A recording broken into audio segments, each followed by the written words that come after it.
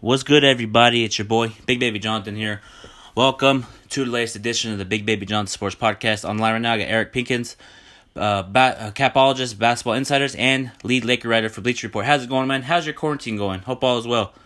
Not too bad. It's raining right now, so can't get outside to play a little hoops in the back. But other than that, trying to make the best of it.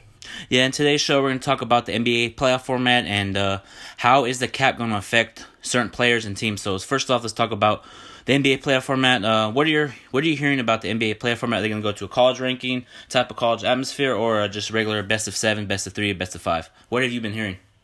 I think right now, I think Adam Silver, I don't know if you saw his conversation with Ernie Johnson on Twitter on the NBA handle, but there aren't any decisions made, and there won't be any decisions made until at least May. And so their goal ultimately is to bring everything back, but that may not be realistic. We're all sort of in a limbo right now. So there's still a question of whether they can have regular season games. If they can, they will.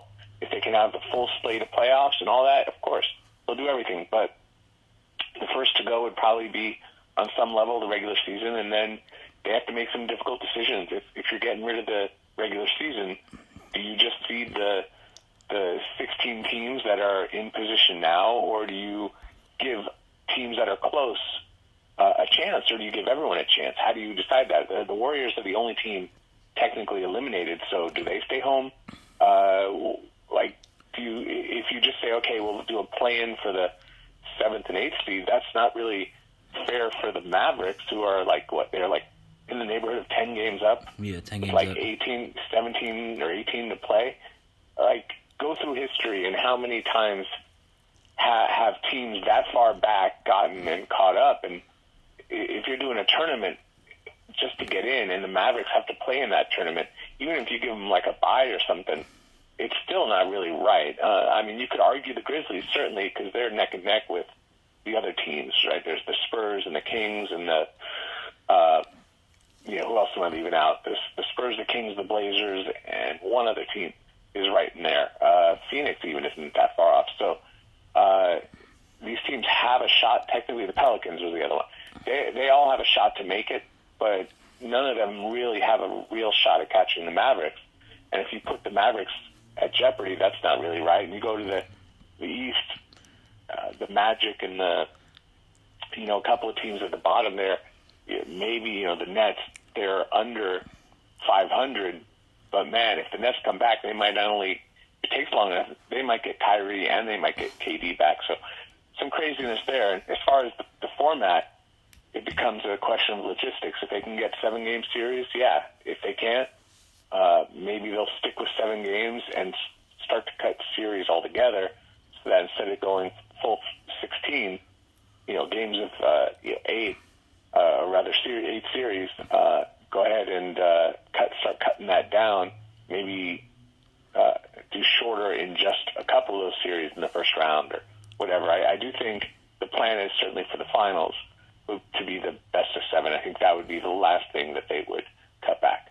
Yeah, as a fan, Eric, I would love just the NBA just throw every team in Vegas and go win the championship. Best team win the championship like they did for the All-Star game. How everybody was in Vegas for the All-Star game that one year, and the Summer League, I know there's no NBA season right now so far, and we need sports right now because it's nothing to talk about, nothing to watch. So I would love to have every team go play in Vegas and go hash it out on the court to win it all, Right. Well, Vegas is, I've written about Vegas. I was the first that I know of to talk about Vegas and possibly the Mandalay Bay, which is where they do the G League showcase. Mm-hmm. You would need to quarantine all the players, it's not just the players. You're talking a few hundred people, really, to pull off a game, from the referees to the stats crew to the trainers to the physical therapists and the coaches, and then you have the broadcast, and et cetera, et cetera.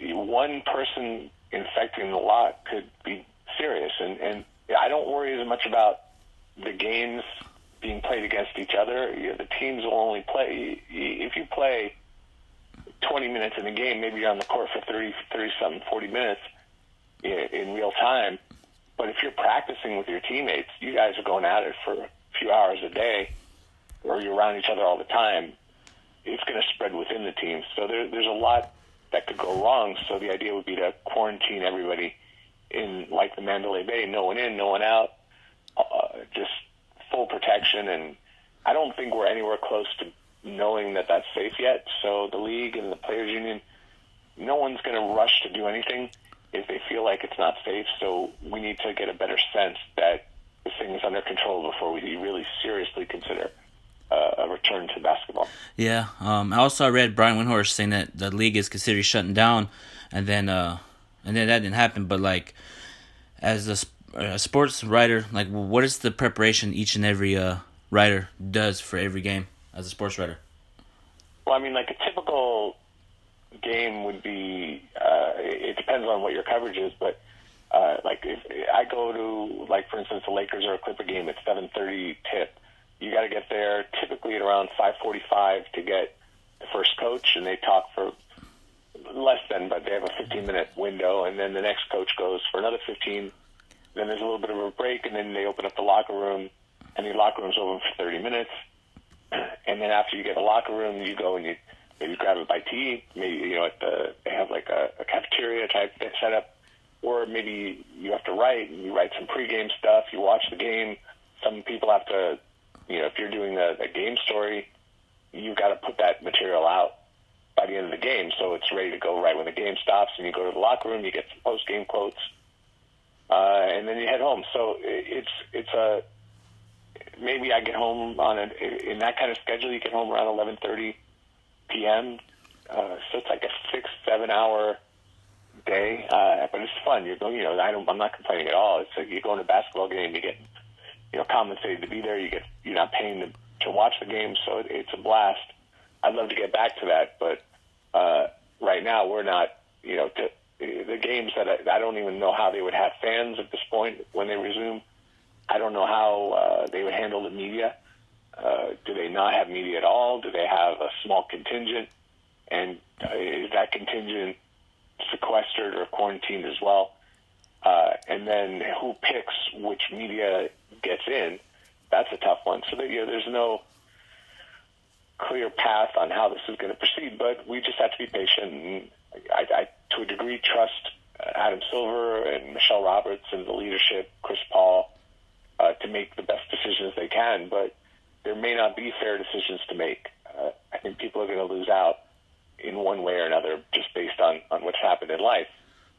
It's better than those who are actually fighting for their lives and fighting for real stakes. This is pretend stakes when you really think about it. Yeah, I agree with you 100%, man. But if the NBA season did get canceled, how is that going to affect the cap situation around the league if they did cancel the season? Well, I'll simplify it. Basically, the league and the players split the money that comes in. It's almost 50-50. We'll call it 50-50 just to be simple. So if the league was planning on bringing in $8 billion, the players were going to get $4 billion. And if the players had been paid too much or paid too little, there are mechanisms to make sure that 50% mark hits, right? So what happens if the players were scheduled to make $4 billion? The league was scheduled, based on what was booked, to bring in $8 billion, but now suddenly games are canceled, and now we're talking about $6 billion, and they lose $2 billion. Well, the players are still getting their $4 billion. That percentage is off, so the money has to come back somehow. And the league already withholds 10% of the player checks just to make sure that the system works, and that's like a normal thing that's been going on for a long time. And if the system worked, the players get their money back, and if it was out of whack a little bit, the league will keep some of it or all of it. In this case, they're going to keep all of it. So I don't know what kind of losses we're looking at yet, but we could be looking at over $1 billion in losses, maybe $2 billion. So figure that in the neighborhood of 400 million is going to be kept by the league to kind of offset these losses. That means that if someone's making $10 million a year, they're losing $1 million right off the top, right? And that's already in place.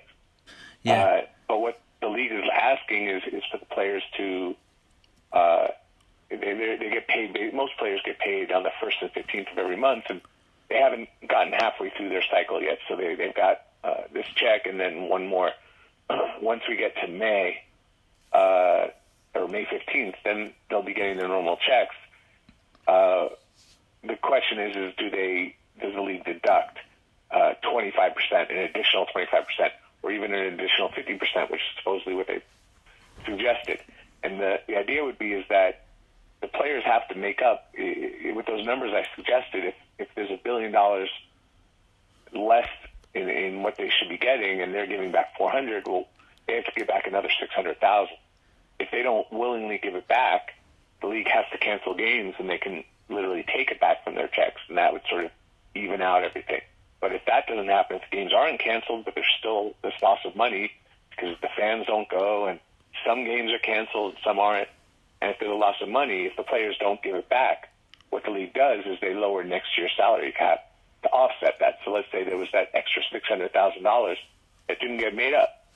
That would lower the cap next year by, you divide it by 30 teams, by $20 million. So instead of it being $115 million, it could drop to $95 million. So this is a very simple breakdown. I wouldn't use those numbers as the exact by any stretch. I'm just trying to give an idea of how it works. Okay. I think the players will ultimately give back a percentage, probably in the neighborhood of 25%, and that'll go a long way, if they do, to stabilizing next year's cap. So maybe they'll drop to, instead of 115, maybe they'll drop to 110 or 105 even, but that's a lot better than dropping all the way down to like 95 or something crazy like 75. Yeah, it's crazy what these numbers and how this going to work out. But like let's say they did cancel the season. Do you think Adam Silver can be like, okay, Anthony Davis, you're not a free agent. You're going to stay in your contract for one more year. Can the owner of the NBA do that? Like, say, Anthony Davis, you're not a free agent. Stay in your contract. These players stay in your contract. They can't. Adam Silver can't do that.